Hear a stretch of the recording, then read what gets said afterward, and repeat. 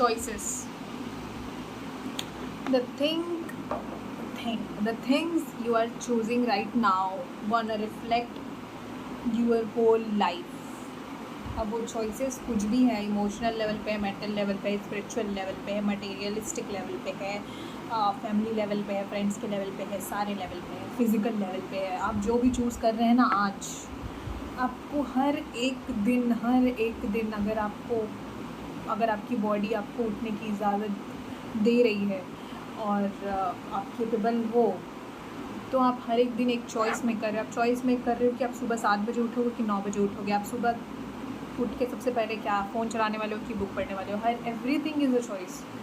अब एक habit, choices से ही हैबिट बनेगी, एक रेजिम बनेगा, और वो रेजिम होते होते आपका एक रूटीन और एक कंसिस्टेंट हो जाओगे. वो आपका डिसिप्लिन रिफ्लेक्ट करेगा, और वो डिसिप्लिन एक आपको एक ग्राफ क्रिएट करेगा. अब वो ग्राफ स्ट्रेट कभी नहीं होगा, किसी का ग्राफ कभी स्ट्रेट होता ही नहीं है. वो स्कूल में ही होता था.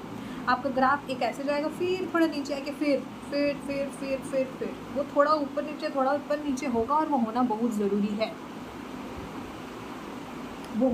ज़रूरी है. वो आपको फिर आपकी ना औकात दिखाने में आती है. औकात मतलब ये नहीं कि आप ख़राब इंसान हो, आप कचरे हो, कि आपसे कुछ नहीं हो सकता. वो आपको औकात दिखाती है कि बेटा अब नया थिंकिंग लाना है. अब तेरे को वापस से कुछ तो चेंज करना पड़ेगा, कुछ तो वापस तेरे को फिर यूनिकली सोचना पड़ेगा, यूनिकली करना पड़ेगा, एक डायरेक्शन थोड़ा चेंज करना पड़ेगा.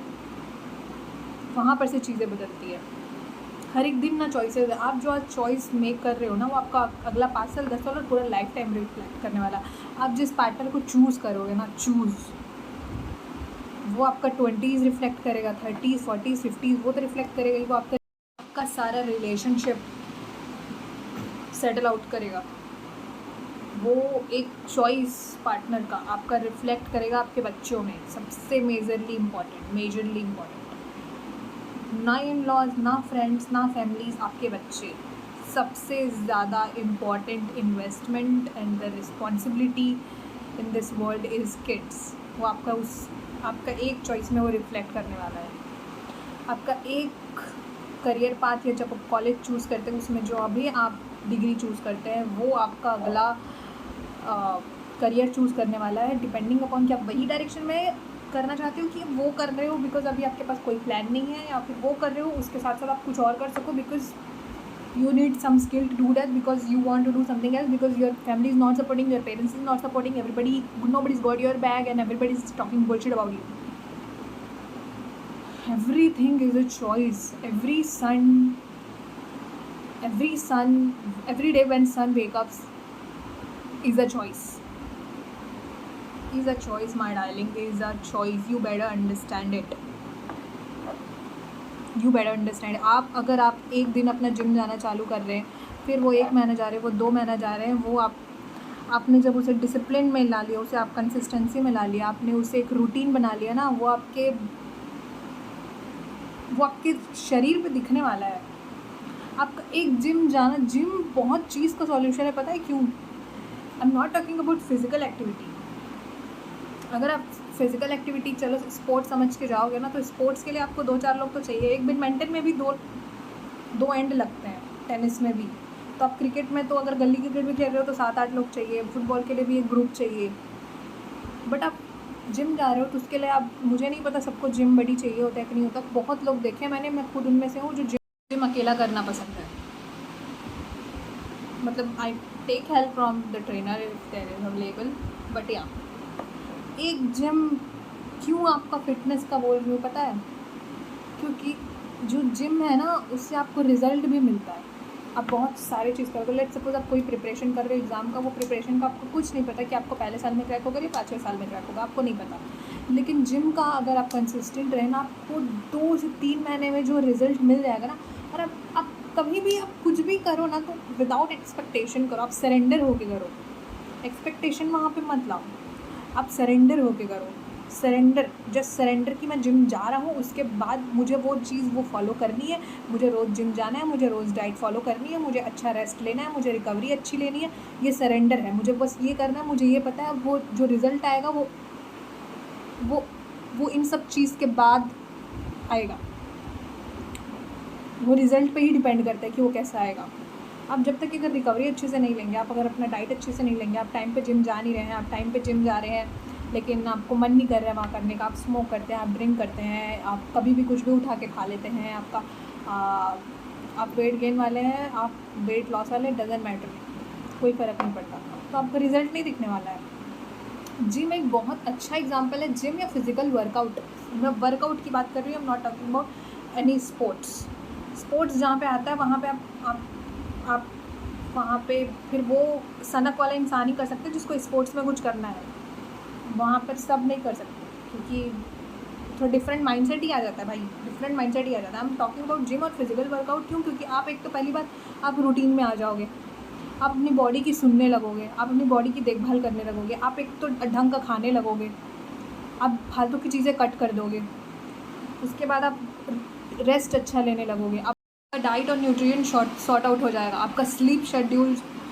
सॉर्टेड रहेगा, तो उससे आपका क्या क्या चेंज होगा, आपके बॉडी में फ़र्क आ रहा है, आपके खाने पीने, मतलब आपका गट पे, आपके गट अच्छा हो रहा है, आप जिम जाओगे, आपका डोपामिन रिलीज़ होगा, आपका माइंड अच्छा हो रहा है, आप बेटर थिंक कर पाओगे, आपका पसीना निकल रहा है, आपका बॉडी डिटॉक्स कर रहा है, आप एक बहुत हैवी फील करते हो ना, आपका वो हैवीपन चला जाएगा। Let me tell you, I am very not a person जिसको वर्कआउट करना बहुत पसंद है, लेकिन मैंने उसके रिज़ल्ट देखे, वो मेरे ना सबसे ज़्यादा अच्छा जो मेरे यहाँ पे जो वो क्रिएट करता है ना, वो सबसे बेटर है, सबसे ज़्यादा बेटर है, उससे अच्छी चीज़ ही नहीं है कोई। आप स्विमिंग भी कर सकते हो, अगर आपको स्विमिंग पसंद है, आप रह सकते हो आधा घंटा 1 घंटा, पता नहीं, मुझे इतना आइडिया नहीं है स्विमिंग का, लेकिन अगर कर सकते हो that is the one of the best. लेकिन हम वेट ट्रेनिंग करो, रनिंग करने से कुछ नहीं होगा, सिर्फ अगर आप सिर्फ रनिंग करते हो तो, साइकिलिंग करने से नहीं होगा, वेट ट्रेनिंग करना ज़रूरी है। आपका एक चीज़ अगर ध्यान दोगे ना, उसमें बहुत सारी चीज़ें आपकी सुधर जाएंगी। अगर एस्ट्रोलॉजी आप फॉलो करते हो, अगर आपको इन सब चीज़ों में विश्वास है, तो आपका एक जिम रूटीन से आपके 4-5 प्लैनेट ठीक हो जाते हैं अपना। लेकिन ना इंटेंशन सही रखो, एक्सपेक्टेशन मत करो और सरेंडर होके काम करो। This is the choice you are making. आपको चॉइस मिलेगा कि आप सरेंडर होके कर रहे हो कि आप एक्सपेक्टेशन की करोगे ना, तो आप कभी खुश ही नहीं रह पाओगे, आपके बगल में 2 लोग कर रहे होंगे ना, वो आपसे 2 दिन पहले ही आके कर रहे होंगे, तब भी आप खुश नहीं रह पाओगे। उसका जो 2 साल पहले से कर रहा है आपके पास, उससे भी आप खुश नहीं रह पाओगे, आप कभी खुश ही नहीं रह पाओगे भाई, एक्सपेक्टेशन करोगे। जब जहाँ पे सरेंडर है ना, जहाँ पे सरेंडर है वहाँ पे पीस है, वहीं पे पीस है, और पीस इज़ अ चॉइस। अब आप देख लो आपको क्या मेक करना है।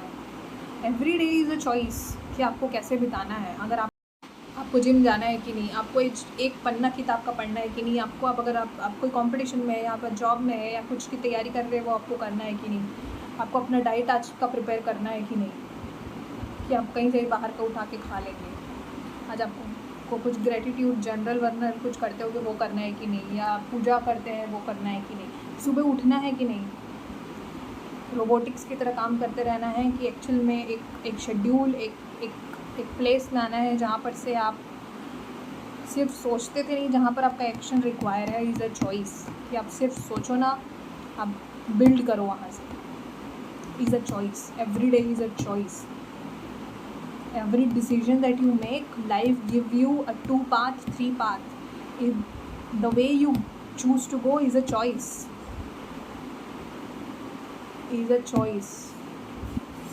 Better you look कि ये चॉइस करने के बाद क्या होगा अगले 10 दिन या 10 साल में या 5 साल में या 1 साल में ही मुझे कैसा महसूस होने वाला है। सिंपल सॉर्टेड है। फ्यूचर का एक टुकड़ा लेके सोचो, आपको चीज़ें क्लियर हो जाएगी, आप कंफ्यूज ही नहीं रहोगे। आप प्रैक्टिकलिटी थोड़ा लॉजिकली सोचो, हर चीज़ में इमोशनली बहना ज़रूरी नहीं है, और make a decision after it. You will be more proud of your self.